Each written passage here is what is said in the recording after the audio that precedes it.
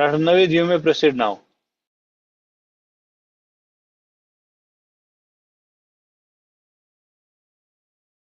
I believe you are mute. Okay. Good evening, Hello, everyone. am I audible? Am I audible? Yes, you are audible. Please go ahead. Okay. Thank you, Dr. Firdaus and your whole team.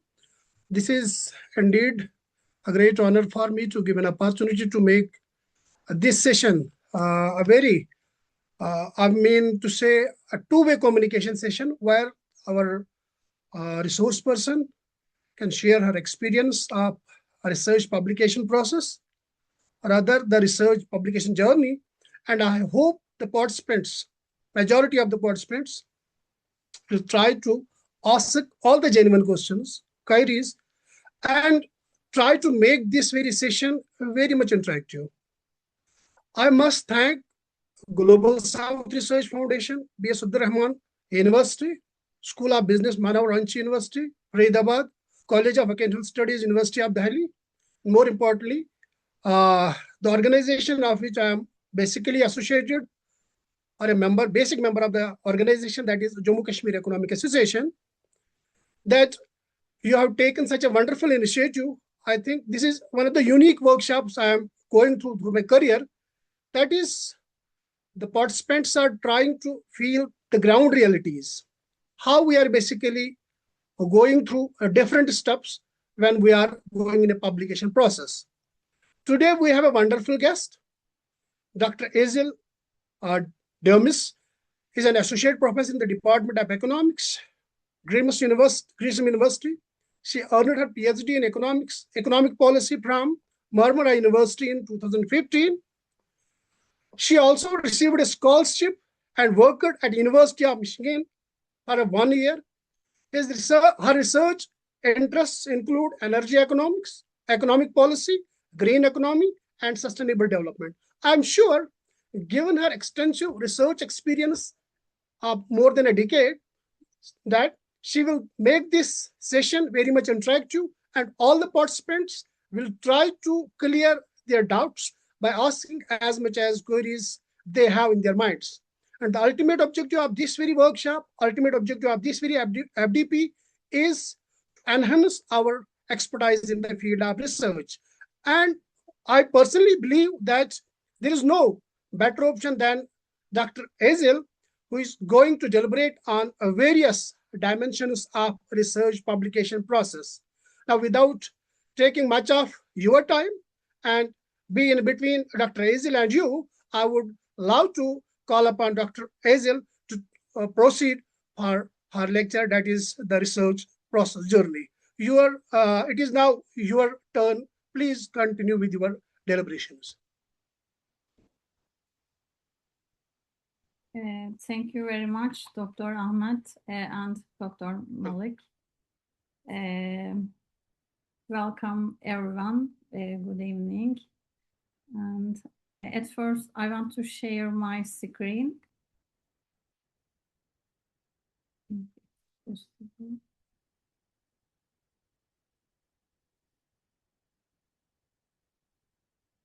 Can you see my screen? Yes, it is visible. Please go ahead. It is visible. Thank you. Today's session is called the Research Publication Journey from Manuscript Preparation to Successful Journal Acceptance. I am Işıl Demirtaş, Associate Professor at Giresun University in Turkey. What I want to give you in the next hour isn't a lecture on methodology. It's a walkthrough. I'm going to open up one of our own published paper, stage by stage, and show you exactly what happened behind the scene. And I say or deliberately, this paper was written together with three colleagues, Durmuş Çağrı Yıldırım, Seda Yıldırım, and Tuğba Turan, and their fingerprints are on every stage I will show you today. Our research sits at the intersection of financial inclusion and human capital and environmental sustainability, or a combination that sounds unusual until you realize these three things are deeply entangled in almost every country's growth theory. We work mainly with panel data across many countries and many years. And we specialize in newer, more robust econometric techniques, particularly quantile-based methods that most linear model miss.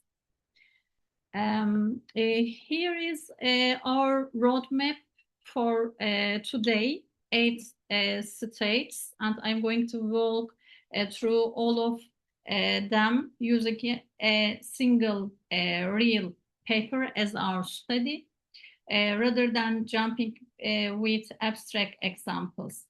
You will have seen the entire arc, start to finish, how of one idea became one publication. At first, the spark, finding a research question, then theoretical ground, data and variables section. Also, the important one is literature review, methodology design, turning results in a story, and then at the end of conclusion.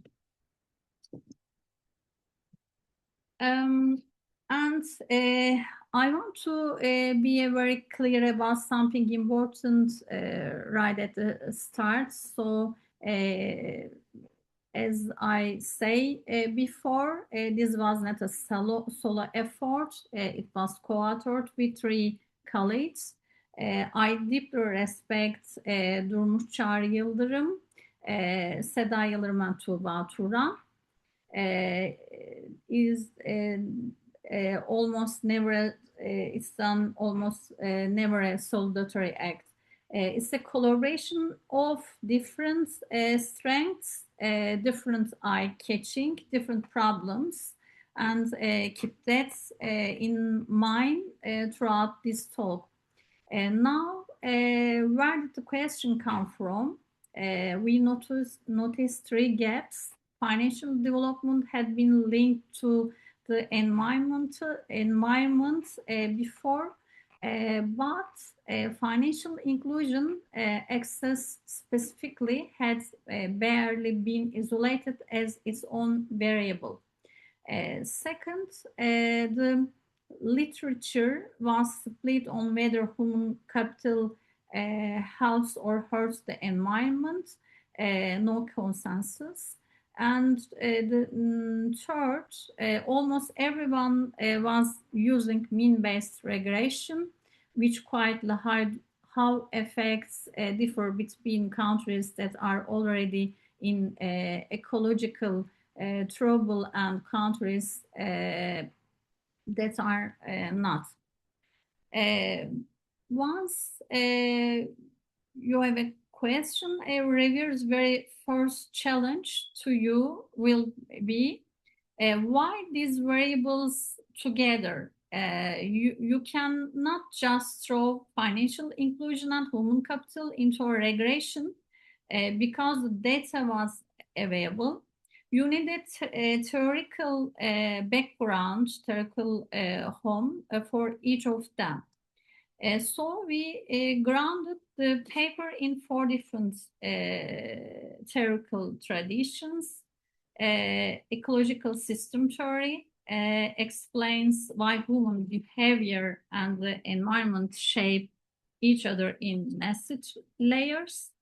And the other social justice theory, going back to Rawls, frames financial access as a fairness question, not just an efficiency one.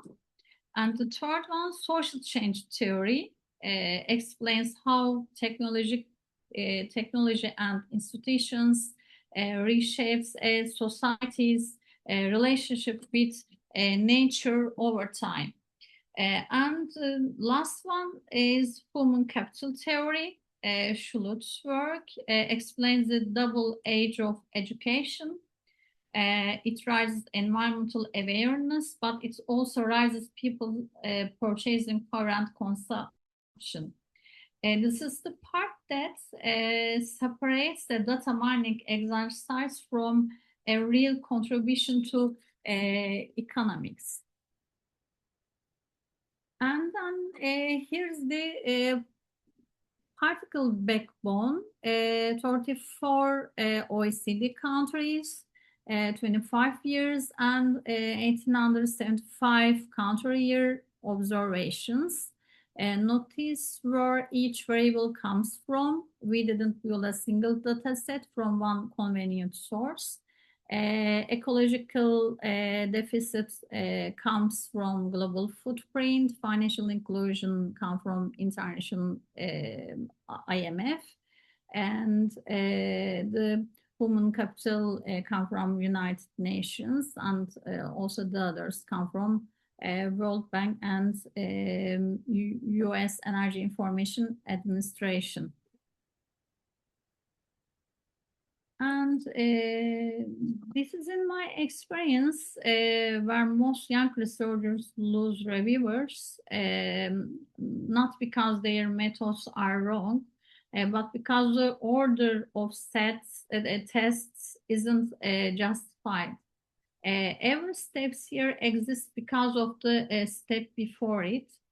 We start the precedence, for example, cross-sectional dependence test, and it comes back positive. Our 34 OECD economies are not independent each other, which makes sense. They trade with each other. They are affected by the same global shocks. That single result changed everything downstream. It rules out first generation unit root test immediately. So we have to do the panic test, which is built to handle that dependence. Then we test for co-integration, Besser, Lund, and Pedroni, two different techniques for robustness to confirm the variable move together in the long run. Only then do we estimate first with the simpler panel OLS and FMOLS as baseline. And finally, with method of moment quantile regression, MMQR, which is related to heart of this paper's contribution, because it lets us how effects change across the entire distribution of countries, not just on average. If I had shown you this chain in reverse order, table of results first, you would have ever right to ask, why should I trust this? The chain is the trust, I think. And then most studies measure financial inclusion and blunt indicators like the credit to GDP ratio. We use access to financial markets instead a broader, more direct measure. And second, MMQ capture nonlinear heterogeneity effects that ordinary panel models and even standard quantile regression simply missed. And the third one is we tested the environmental Kuznets curve hypothesis separately at every quantile, not just as a single average relationship, which almost nobody had done for this specific contribution of variables. So this is a literature reviews is not, it shows that this is not summarized. So all parts are very important for the paper. I think literature is the main information, main important contribution to the papers. And financial inclusion consistently reduces the ecological deficits, but the effect gets stronger and stronger as you move toward countries with the worst ecological deficit, from minus 0.16 at the lowest country to minus 1.85 at the highest. And human capital does the opposite in the sign, but the same in the pattern.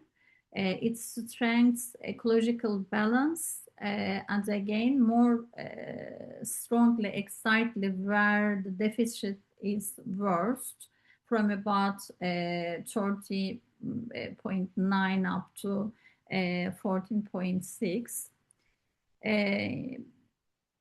In plain language, where the environmental problem is already severe, financial inclusion and human capital both matter more, not less.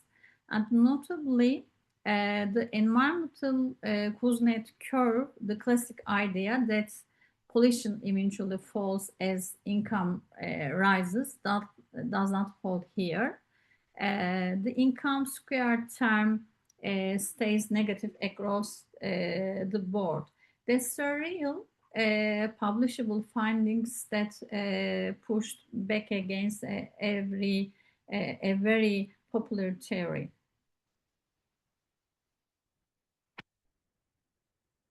Before you submit the paper anywhere, ask for honest questions. Does the journal's scope generally cover both environmental and economics, or are you forcing a field? Have they recently published similar methods, MMQR or panel co-integration? So you know the editorial board won't see your methodology as exotic. What's the realistic timeline given your own deadline? And the other one, and is it indexed where your institution needs it to be, Scopus SSCI or SCI? We choose environment, development and sustainability as Springer Journal, Scopus and SSCI index, because it had already published OECD panel studies on ecological footprints and had accepted council-based methodology papers before. And it's the stage nobody, I think, talks enough, and it's honestly the real test of whether a paper deserves to be published. We submitted on 29 April 2023 with the full theoretical framework and robustness checks, panel OLS and FMOLS, already built in from the start. Precisely, so reviewers wouldn't ask for them later. Even so, we went through the typical demands, justify the method chosen for explicitly, and add further robustness, sharpen the contribution statements, tighten a few literature gaps. And so if I compress everything we just walked through into 6 lessons, 4 years already early career researchers. Here they are Let theory choose your variables, never the other way around. Run cross-sectional dependence test before anything else, also in panel data. It will save you much. Reach for counter methods whenever you suspect the effect isn't the same for everyone in your sample. State your contribution in one crypt sentence early. And finally, treat reviewer comments as free experts editing, not as an attack on your work. And a quick word question, because I have seen every one of these mistakes, including some of my own early on. A weak link between your method and your theory, and ignoring cross-sectional dependence when your panel clearly needs it. And the other one, overclimbing causality, integration, and quantile regression show association and long-run co-movement, not proof of which variable causes which, underciting primary sources. So I think that's the full journey of our paper. Thank you for listening. So I want to, start with one question as your, second last slide, where you were, yeah, I want your, more explanation about that theory should decide variables, not other way. Can you put some more light and give some, explanation about it?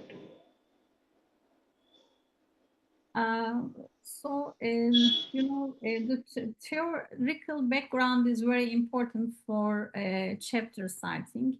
But at first, I want to say this. I think reading and thinking is very important for paper writing or good paper quality writing.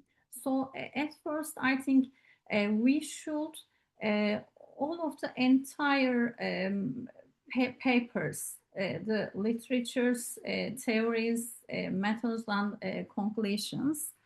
This is very important. And the other more important part of writing a good quality chapter is, I think, theoretical background.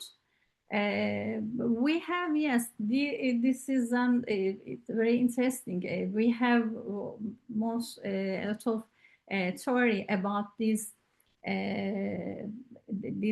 chapter. It must be honest, the reviewer suggests as some theories too for that paper, and so all of the theories are, yes, dependent our model, but I think the ecological system theory is the best theory to explain its, I think. So participants, if you are having any questions, you can ask. So today's session went very short. So actually, Professor Işıl tried to, concentrate. Dr. Before letting the stage open for discussion, I have a brief query from Dr. Işıl. Yeah, sure. Dr. Işıl, generally we have what we call the theoretical background. Yeah, theoretical underpinning is very important for any of the study. But sometimes we have the studies where the theoretical background is not so well, but the theories are unable to justify what we want to say. Then at the time when we are submitting the paper, yeah, when we are trying to develop the study, that study basically gets the disc rejection. And the reason is that we don't have that much strong theoretical background, because it is not always that the idea on which we are going to work, there is some strong theoretical background. Theories are supporting your for your idea. In that very case, how we are going, how we try to, how we should defend our, what we say that the idea, how we should try to develop our idea when your existing theory is not trying to defend you. Thank you very much. It's a very good question. And also it's a big problem for us too. For example, in the energy, for the energy papers, we have our theories are very poor. If you want to write a paper about energy or energy consumption, or the other part of the energy chapters, there is less theories. We use, so for example, we use also just the growth theories, but I think it's a difficult question, and yes, theory is important, but sometimes I think we support our papers linked with other papers, other good quality papers. Yeah, actually, I think we have one more question from Dr. Samik, if I'm right. Yes, my question Yeah, to yeah. ma'am is that your topic start with the ecological deficit and financial inclusion, right? So, Yeah. how the financial inclusion means the financial strongness in the financial resilience. According to the economic theory, financial resilience or financially independent, you make the economy want to make the economy independent so that it become more resilient in the future. So, what is your main goal there? How the economic resilience and how the financial inclusion and human capital effort result in ecological deficit? How it? So it is due to the environment exploitation, or due to lack of social awareness, or due to the lack of human efforts, or due to the social justice. Which theory will better be considered as the appropriate according to your concept? Yes, I think the social justice theory is very important for financial resilience and also financial inclusion too. The financial inclusion needs to be paired with green financial products, not that inclusion itself a bad. I think the social justice and also the green financial products, I think work together. That means, ma'am, social justice means according to that equal distribution of all the social benefits to all the section of the society who are the stakeholders of the financial inclusion also. That means who are who are getting the benefits and who are also contributors. Both benefits and contributors are the main strong variables. They are the strong variables as well as the strong aspects of the financial inclusion. Am I right, Web? Yeah, it's the big dilemma. So the woman or the other people gets benefits for financial inclusion, and the institutions get benefits too. I think it's Yes, ma'am. And what is the social change theory? Why you have taken the reference of social change theory? Social change theory that you have mentioned here, technology and institutional reshape society relationship with the environment. That Yes. means if you had a very user-friendly technology and a very strong institution which can develop a very strong society, will help the environment to be stable for the long run. Is it that objective or any other aspects you have thought?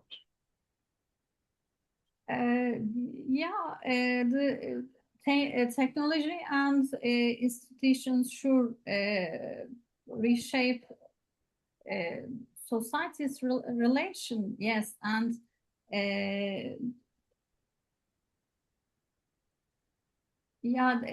they support the environment also too.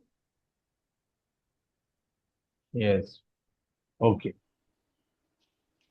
Actually, I want to add here one thing. As per social theory is concerned, where we are talking about technology and institutions, if we try to look at sustainable development goals, so there are certain objectives every institution and technology forces to institutions and state to make in line all the new financial services to tackle with rising environmental issues.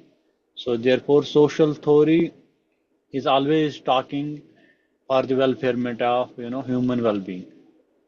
So if you try to look it with the lenses of sustainable development goals, you can understand that social change theory, it is changing day by day, but it is mostly in line with sustainable development goals.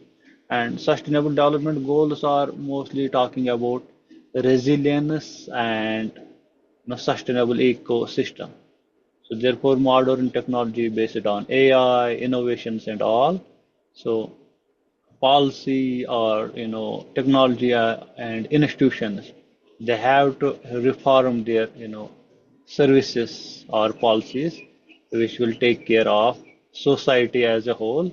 So as we are discussing here, financial inclusion and environment, so that is why social theory is important.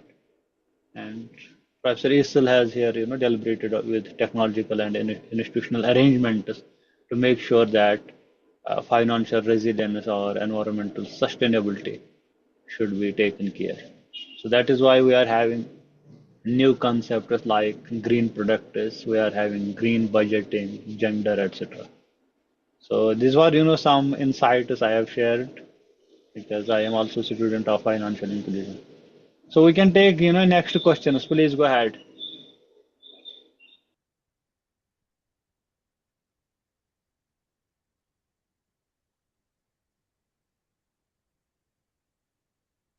Participants, you can ask. Mm.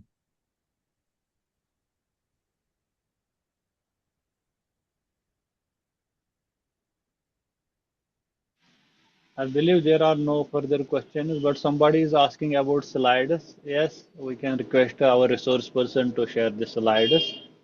So we will be sharing them. And we are recording, this session, and the recording, on recording you will get each and every slide. So before we sum up today's session, if anybody wants to share their, viewpoints, or anybody having any question regarding theory, how to start the paper and all, we are here to address. We can take more 5 minutes. If anybody is having any doubt, please go ahead. Unless our moderator will conclude.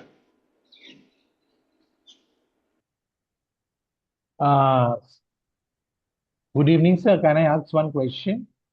Yes, please go ahead. Yes, one question. I have one question that is my doubt.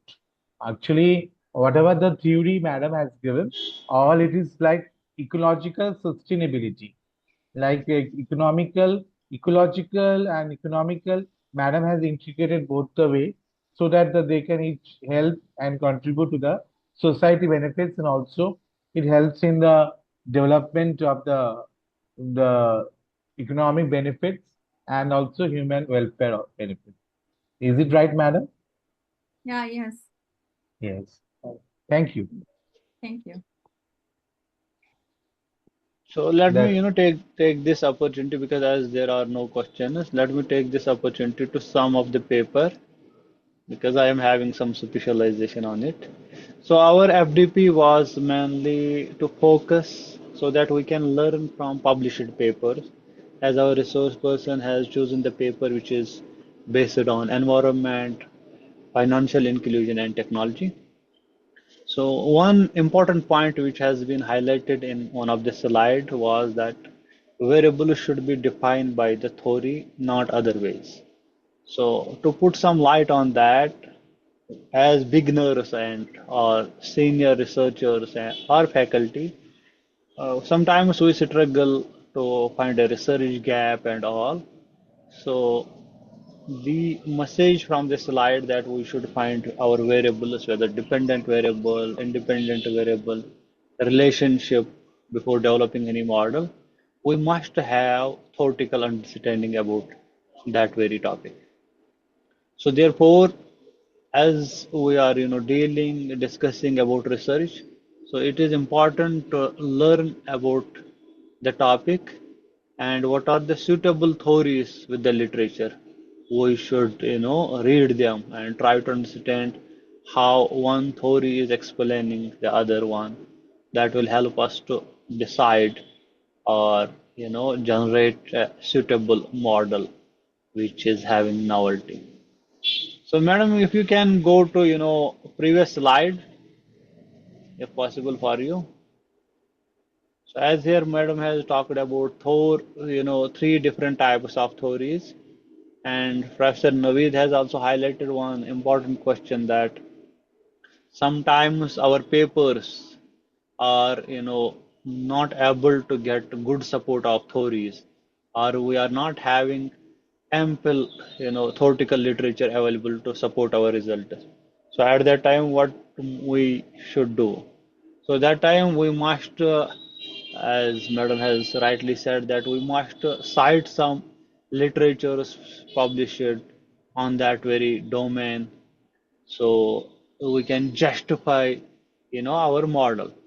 But mostly in nowadays, theoretical and empirical evidence are demanded as per the publication is concerned. So theoretical write-up or literature should be used not only in literature section, but it should be also utilized while discussing the methodology. You should have a support why you have chosen that very much methodology. So you can put certain sections or certain papers which are supporting that very much methodology. Similarly, in results, for example, if we take the example of this very paper, so Madam has discussed four theories.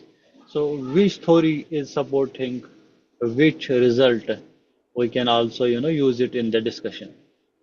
So this was all I thought I will share, some highlights on this. So we are having one message in chat. Let us see. So Anita, do you anybody is having any question? Yes, please go ahead.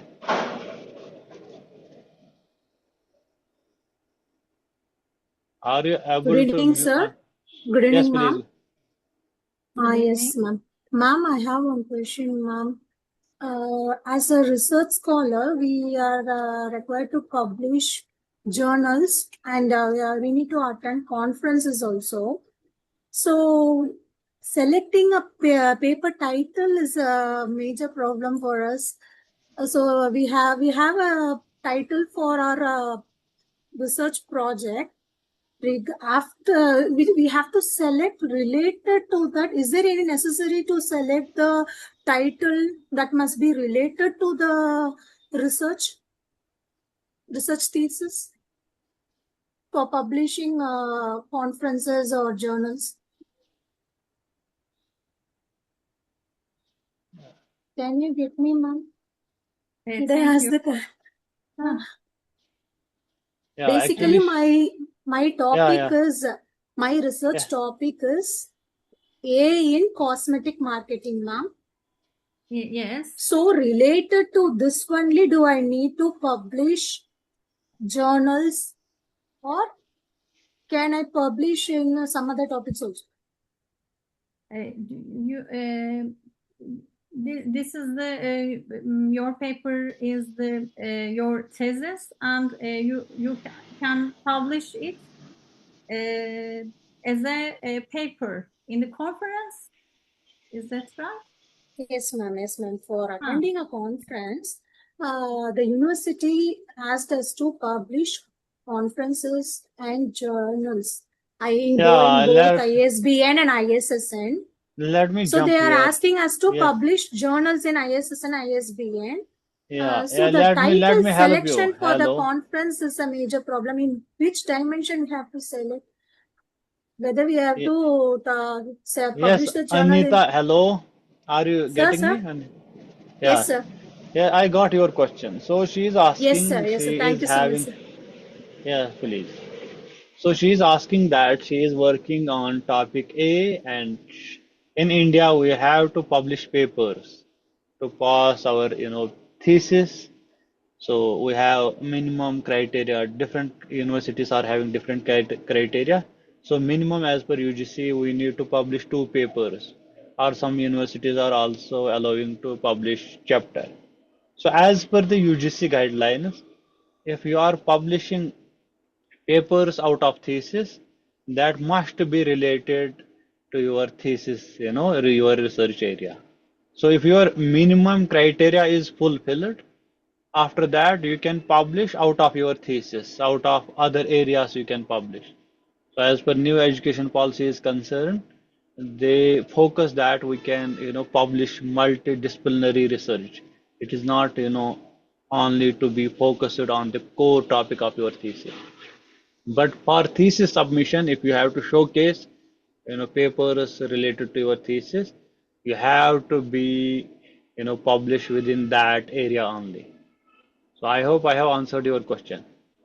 Okay, sir. Okay, sir. Thank you so much, sir. Thank you so much for understanding my question also, sir. Yeah, no And issue. different country have different rules and criteria.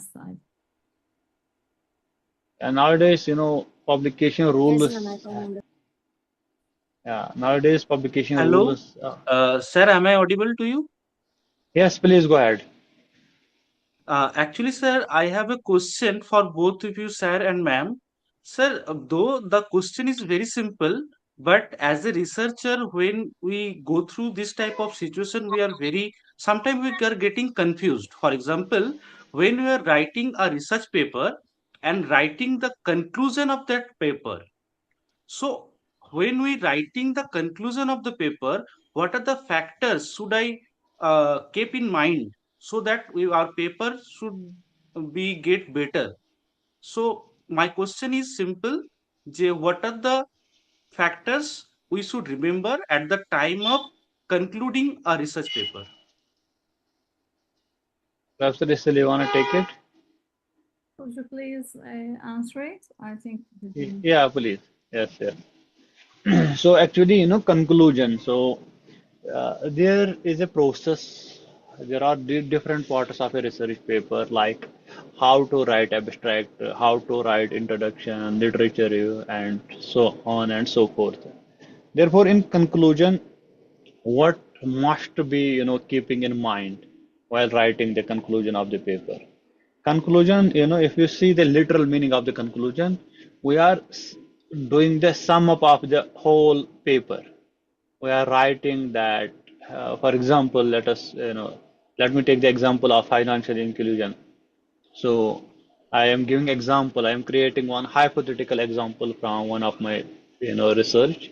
So I have published some paper on financial inclusion of India, and it was addressing financial inclusion schemes, like group of umbrella financial inclusion services have been, implemented in India after 2014, like Jan Dhan Yojana, Pradhan Mantri Suraksha Bima Yojana, Atal Pension Yojana, etc. I am just making a hypothetical example so that you can understand.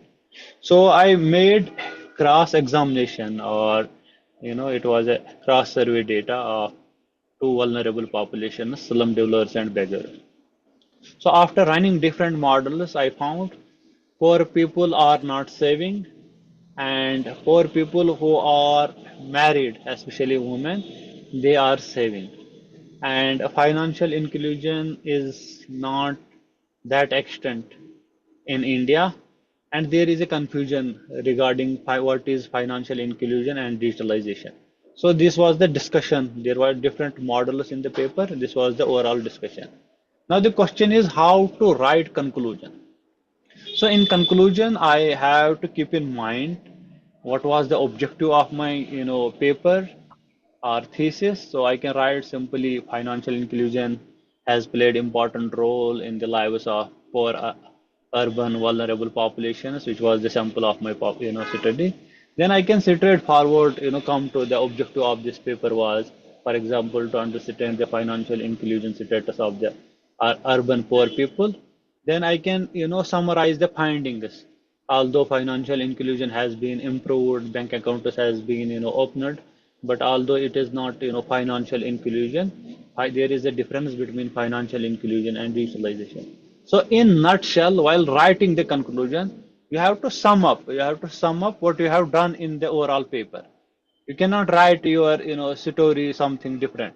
You have to be in line. It should represent what was the objective of your paper, what was your hypothesis, whether your hypothesis has been accepted or rejected.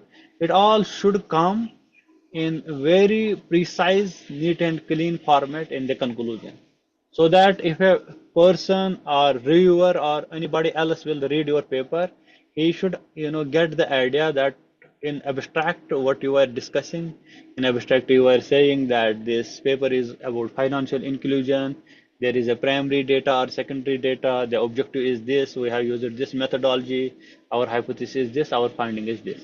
So same deliberation or same discussion should highlight these very important points in the conclusion. I hope I have answered your question. Okay. Can I say? Thank you so much, sir. Yes, let madam also give some explanation. Please, madam, go ahead. I think you should answer your original research question in the completion. Never introduce new data, new variables, or new comments, and also summarize all the findings on completion. Also, don't just repeat the abstract. You don't list summarize findings also. Yeah. Sir, actually, in some research paper, there is a discussion section. At the same time, there is a conclusion section. So the discussion section and the conclusion, sometimes the same thing which are appeared in the discussion section are also appeared in the conclusion section. So my question is whether this duplicacy or is okay, or it is some kind of factors we should remember whether writing the discussion section as well as the conclusion section separately. Yeah, it is very important question, but I guess in discussion, while we are writing some finding, there should be, there should be this, we can say, supportive in-text citation. So as research teaches us that you cannot write a single word unless and until there is a fact. So for example, you have find that financial inclusion has improved in India. So you cannot write this, sentence altogether in a discussion unless and until you cite something, some paper which has been already published, which is supporting your argument. So therefore, discussion is, a bit technical than conclusion. In discussion, we have to provide our arguments or discussions, and there should be suitable citations which are helping to, to make impactful impact in the discussion. I mean, let me explain again. If we are writing something in discussion, there should be supportive papers or citations which will claim or help us to cite that paper, whether our results are similar or different. While in conclusion, we have to give precise and brief explanation what we have done in a paper. Discussion can be 2 pages, while in conclusion it can be only 300 pages. It can be only 300 words.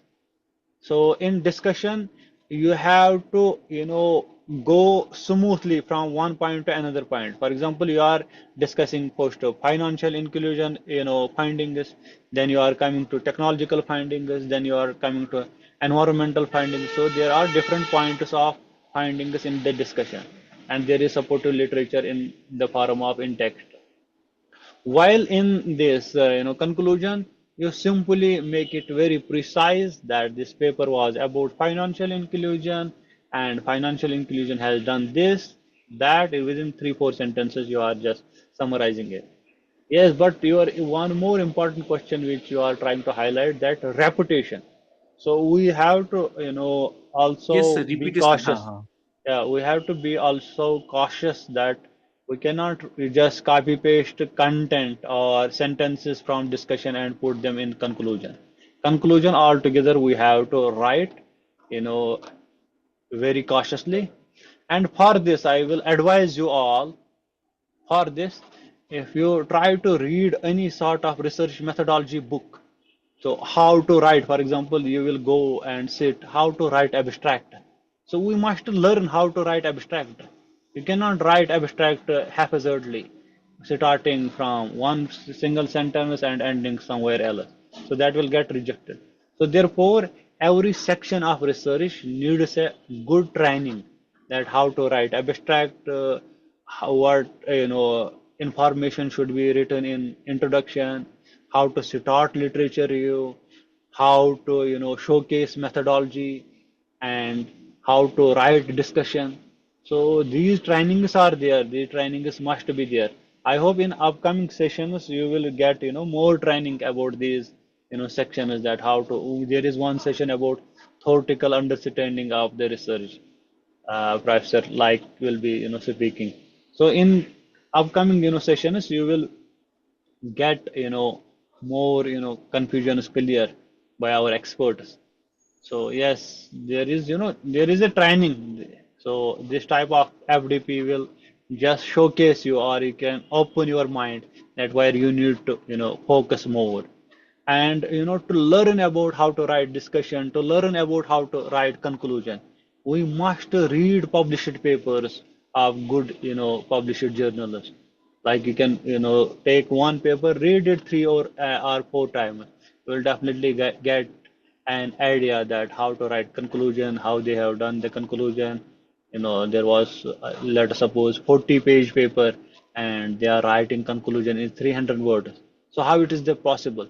So if you read continuously and practice, you will master it. Okay, sir. Thank you so much, sir. Welcome. If there are any more questions, please go ahead.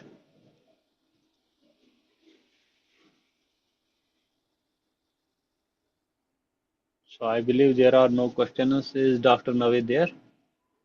Dr. Naveed, then you Yeah, can proceed for yeah. the. Yeah. So Uh, can we get the PPT slides? So I request our resource person if she will be able to share her slides, then I will share it in the group. So Dr. Naveed, please go ahead with your conclusion. yeah. Okay. Thank you, Dr. Firdaus, and especially our resource person, Dr. Azim. Before proposing formal vote of thanks, let me share 1 or 2 points with you. One point with regard to the presentation, that there were very few questions with regard to presentation. I think reason is very clear, because this group of participants is very heterogeneous, and the paper was from economic background. So I think this was one of the reason that majority of the respondents or the participants could not ask uh, critical questions with regard to this very paper. Second, one important discussion that has come during this very presentation is with regard to theory. And I personally believe that especially the young researchers, what we follow, that is inductive approach in when we develop the theoretical background of the study. But we were supposed to have the deductive approach.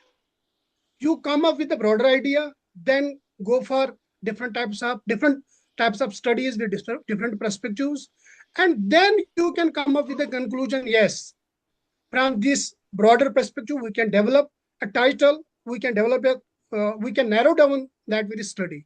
So the approach is deductive, not the inductive. And generally, we follow the inductive approach. We come up with the title and then try to develop the study. That is one finding. I personally believe that we have this very problem. Second is, especially in social sciences and particularly in economics, last more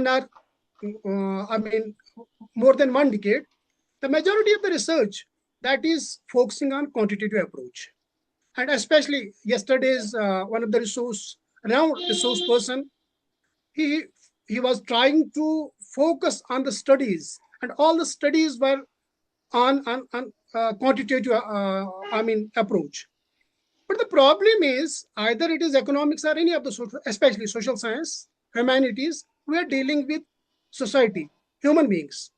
And so as long as you are not in such a position that you can develop a link between society and those quantified variables, our research is not of any use. So that very link can only be developed if you have a good theoretical idea. And that theoretical idea can only be developed if you have an approach called the deductive approach. When you have gone through n number of studies, when you have gone through n number of ideas, and from those ideas, you come up with the idea that has social linkage, that has theoretical linkage, that has quantitative linkage, and that has methodological linkage.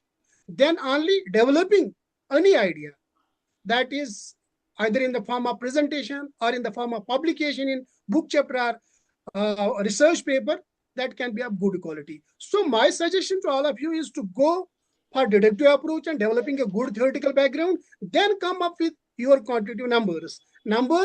Because especially in present era, either in AI or we have different types of softwares, whatever you give, garbage in and garbage out. You give data, you come up with the findings, then interpreting and linking those numbers is very important. And you can't link those numbers as long as you have a good theoretical idea. So my suggestion is to go for literature review, a deep literature review, and then come up with papers and then try to develop your ideas. That is my suggestion. And now I would like to propose formal vote of thanks. Highly thankful to the organizers, especially Jammu Kashmir Economic Association, and I'm highly honored to thank our resource person who have very well and in a very lucid manner tried to explain her paper, how they have basically gone from one step to another step. From scratch to a paper that is in published form. My special thanks goes to all those who have actually participated and asked the very relevant questions. And by their active participation, this very presentation became very much relevant. That is basically the objective of our FDP, to make it very interactive. Finally, my special thanks goes to all the participants who are actually participating in this very FDP and trying to learn from these resource persons who are full of intellect and have a huge experience and expertise in the field of research. So with this, I must say that we must conclude this very session, and it is over to you, Dr. Firdaus. Thank you very much. I want to also share my, formal vote of thanks to Professor Işıl for, accepting our invitation at a very short notice and, shared your insights from your research area. It was about financial inclusion, ecology, and environmental sustainability. I would also like to thank Professor Naveed for moderating the session and finally shared your insights about how research participants should work or deal with the upcoming research projects. So So on behalf of Jammu and Kashmir Economic Association, my sincere gratitude to both resource person and moderator. On behalf of SSHI, Global South Research Foundation, Crescent University, Rachna University, and Vocational College, Delhi University, we are very thankful for the session. So we are looking forward for more such interactions in future. So thank you very much.